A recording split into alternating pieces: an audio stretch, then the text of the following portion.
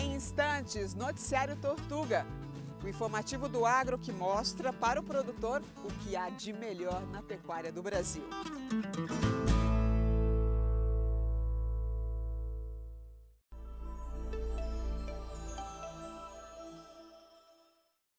Olá, seja muito bem-vindo ao Noticiário Tortuga. Hoje destacamos o conceito da sigla ASG de Ambiental, Social e Governança. E falamos também de manejo para controle de carrapatos. Em instantes.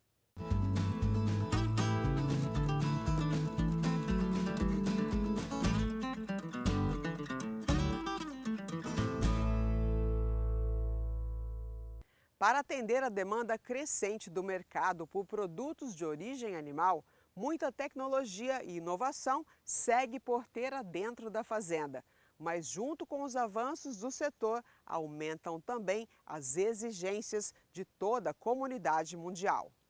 Cada vez mais os consumidores desejam compreender o caminho percorrido pelos animais e as preocupações dos produtores com o bem-estar e as questões socioambientais. Vamos falar dos conceitos da sigla ASG, de Ambiental, Social e Governança na atividade leiteira. A entrevista é do Cairo Rodrigues.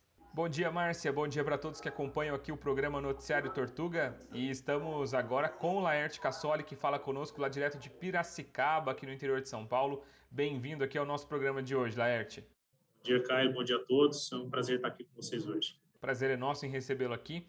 E, Laerte, a gente sempre bate um papo aqui com algumas personalidades aí do agronegócio, alguns professores, pesquisadores, falando sobre a importância do produtor ter um olhar aí para a sua fazenda como um negócio.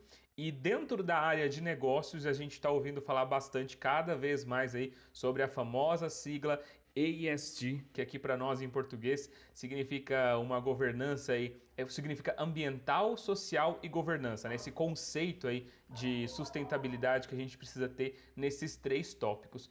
E eu queria que você falasse para a gente qual que é a importância e a relevância para o produtor ter esse conceito aí de sustentabilidade ambiental, social e também de governança dentro da sua fazenda. Sem dúvida, Caio, esse é um conceito relativamente novo, que vem ganhando importância, como você bem colocou, principalmente para grandes empresas. Então, hoje, não basta simplesmente a empresa ter um produto incrível, gerar dividendos aí para os seus acionistas, né, gerar lucro, se ela não faz isso de uma forma sustentável. Então, esse critério aí de ASG, né, de ambiental, social e de governança, vem cada vez mais sendo utilizado como uma forma de avaliar se de fato aquela empresa cresce e impacta o ambiente, as pessoas, e se ela tem realmente boas práticas de administração e gestão. Então, cada vez mais as grandes empresas estão sendo cobradas por isso, né? Então, para alguém investir numa empresa, hoje se olha muito esse conceito, e isso, obviamente, que vai descer para toda a cadeia e provavelmente vai chegar isso nos produtores, eu diria que já vem chegando. Então, quando a gente fala aí de boas práticas de produção, de rastreabilidade, a gente vê muito forte essa questão aí de meio ambiente também, né, de preservação. A gente vê aí muito em pecuária de corte também, os modelos mistos aí de integração lavoura-pecuária. Acho que tudo isso, no final do dia, conversa com esses conceitos aí de sustentabilidade, né? Laerte, a gente sabe aí que o produtor ele já tem um conhecimento amplo, principalmente nessa questão de sustentabilidade ambiental, como você falou, com integração, vários outros pontos aí. Mas eu queria que a gente falasse agora sobre, especificamente aí, sobre a parte social e de governança. Quais são os pontos que o produtor precisa olhar como líder aí do seu negócio para esses dois setores especificamente?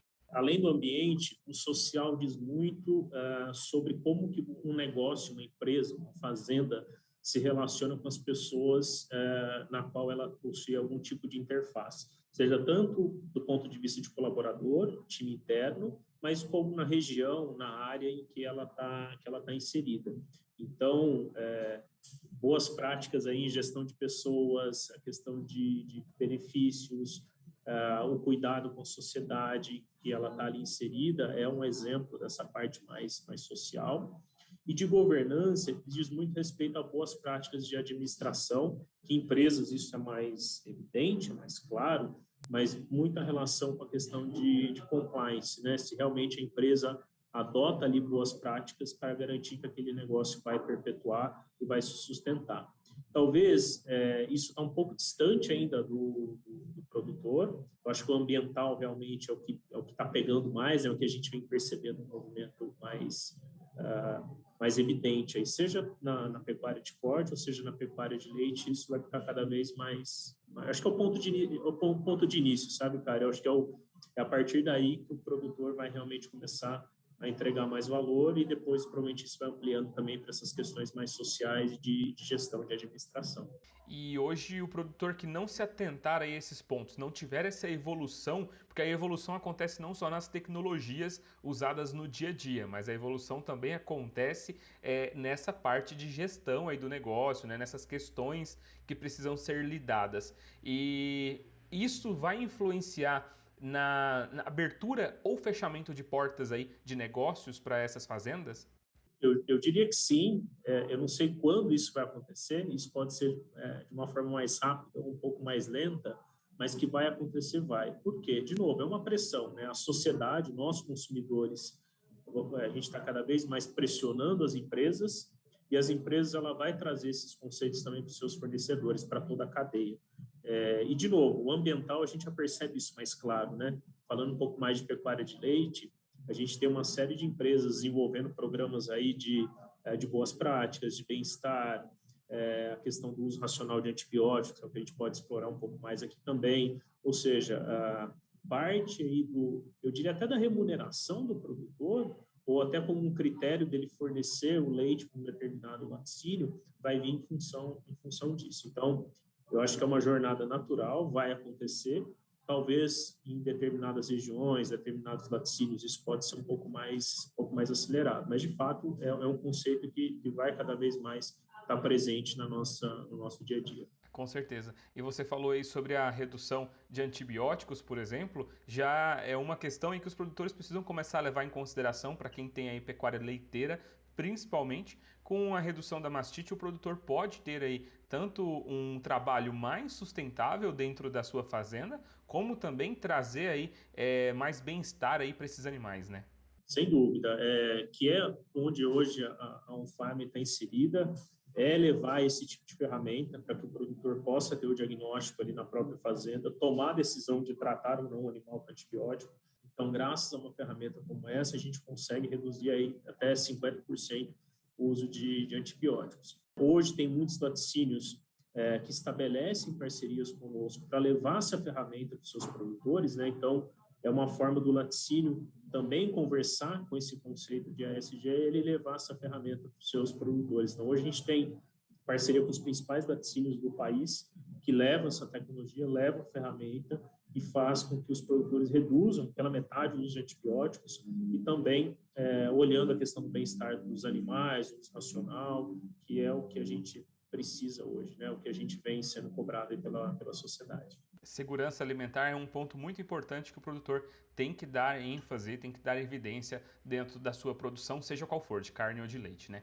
Laerte, quero te agradecer aqui pela sua participação e lembrar para todos os produtores que estão nos assistindo, nós temos várias entrevistas aqui com o pessoal aí da OnFarm, com o pessoal daqui da DSM que participa aí do programa Qualidade do Leite, começa aqui, onde a OnFarm também é parceira aqui da DSM, que vocês podem assistir no nosso canal no YouTube, que está aparecendo o QR Code aí agora na sua tela. Então acessem lá, assistam todas essas entrevistas, que é muita informação de qualidade que vai ajudar aí no seu dia a dia e também para aplicar esses novos conceitos de sustentabilidade que a gente tem hoje no mundo.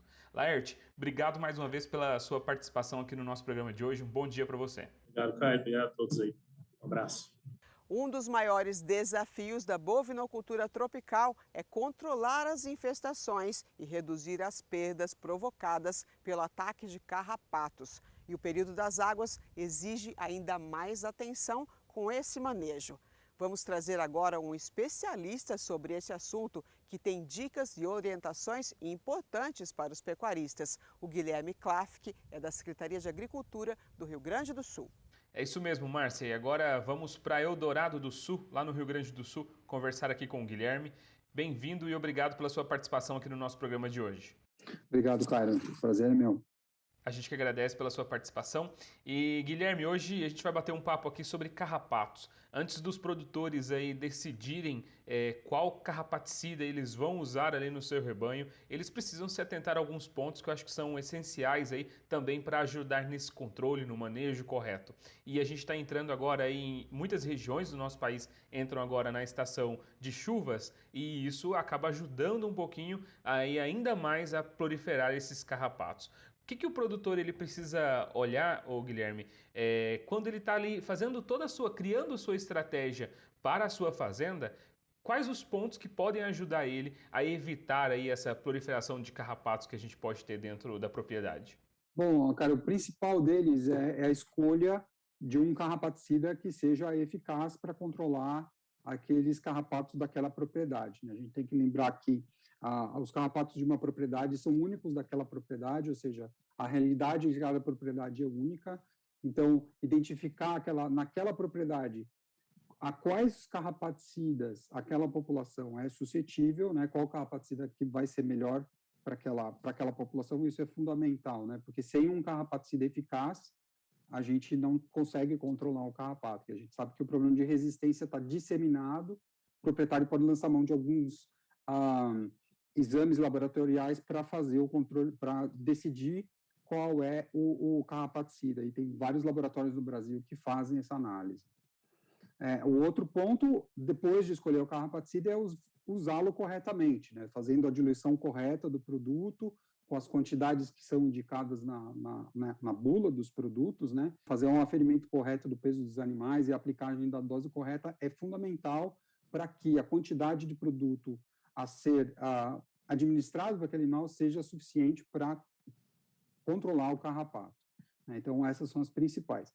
E o momento do ano também é importante, essa época, então, começando as chuvas, né, entrando no período mais favorável para o desenvolvimento do carrapato, é mais fácil controlar o carrapato depois do que quando essa população de carrapatos tiver uma superpopulação. Na verdade, aí vai ficar muito mais difícil de controlar. O nosso clima no Nordeste é totalmente diferente do Sul e o produtor precisa também se atentar a algumas opções aí que podem ajudar ele também a prevenir essa infestação de carrapatos. Por exemplo, escolher uma raça de animal adequada para a sua região, né, Guilherme? Se sabe, né, já está provado que alguns animais, algumas raças de animais, e aí principalmente os animais zebuínos, né, eles são mais resistentes ao carrapato. Por eles têm na verdade, a mesma origem geográfica, né? Os carrapatos bovinos, eles vieram da Ásia, da mesma região da onde vieram os zebuínos. Então, eles têm uma coevolução, então eles conseguem se livrar dos carrapatos muito mais fácil do que os animais de sangue europeu, né, sangue britânico, que são mais sensíveis ao carrapato. O difícil é conseguir balancear essa capacidade produtiva, né, algumas precocidade, por exemplo, dos animais taurinos, que a gente sabe que eles têm uma produtividade maior, dependendo do tempo, com a sensibilidade ao carrapato, né?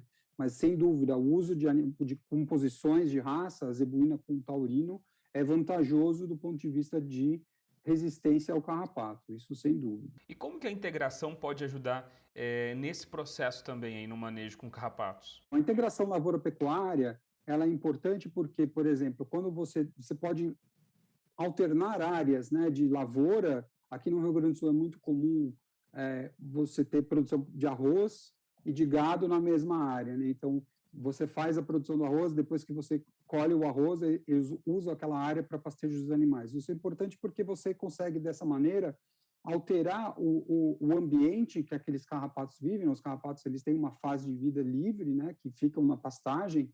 Então, você consegue quebrar esse ciclo alternando, né, lavoura com um período de pastejo, né? Guilherme, obrigado mais uma vez aqui pela sua participação no nosso programa de hoje. Muito boas todas as suas dicas aqui para os produtores que estão nos acompanhando e um bom dia para você. Obrigado, cara. Bom dia para todos também. Gostou do programa de hoje? Você pode rever todo o conteúdo e também as edições anteriores no nosso canal do YouTube. Acesse pelo QR Code que está aparecendo aqui na tela. E quando chegar lá, ative o sininho, curta e compartilhe. Deixe mensagens também nas nossas redes sociais, no perfil @tortuga.dsm. Nós estamos aqui no Canal do Boi de segunda a sexta-feira, a partir das 7 horas da manhã. E eu te espero. Tenha um bom dia.